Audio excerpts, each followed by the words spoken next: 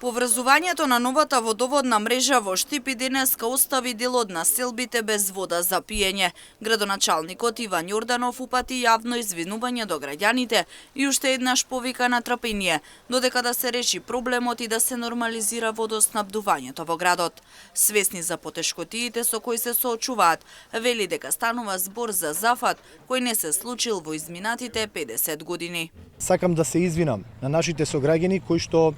во текот на вчерашниот и денешниот ден ќе имаат проблеми со водоснабдувањето, но она кое што е крајна цел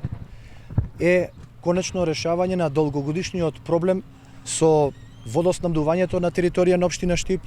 и зафат кој што ќе служи за наредни 50 години. Јас сум свесен дека ова во кое што влеговме во фаза на реализација, никој досега не се одлучил заради проблематиката и заради самата природа на работа и она кое што денес се случува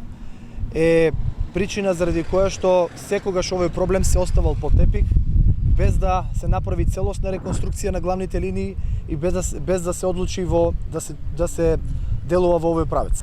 Последните поврзувања на главната водоводна линија се очекува да бидат завршени во текот на денешниот ден и сите населени места во Штип да добијат вода за пиење. Во меѓувреме беа поставени цистерни за техничка вода, а домаќинствата добиваа и флаширана вода за пиење. Еднаш барам трпение од нашите сограѓани затоа што очекувам и последните поврзувања на главната водоводна линија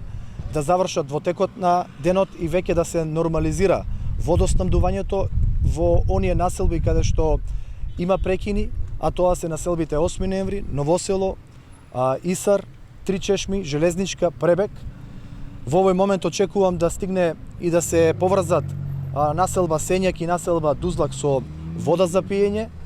Морам да напоменам исто така и дека во текот на овој ден се пуштени 6 цистерни во споменатите населби за да граѓаните имаат техничка вода за пиење, исто така екипи од јавното претпријатие Исар, од територијалната противпожарна единица, од општина Штип, делат чиста вода за пиење по домаќинствата во претходно споменатите населби со цел да се намали нервозата кај граѓаните. Јорданов посочи дека со решавање на овој проблем ќе се стави крај на дефектите со водоснабдувањето во градот во наредните 50 години. Во наредниот период, фаза 2, предвидено е да започнат со изградба и резервоарите Пребек и Мери, со што комплетно ќе се реши проблемот со ниска и висока зона и слабиот притисок на вода.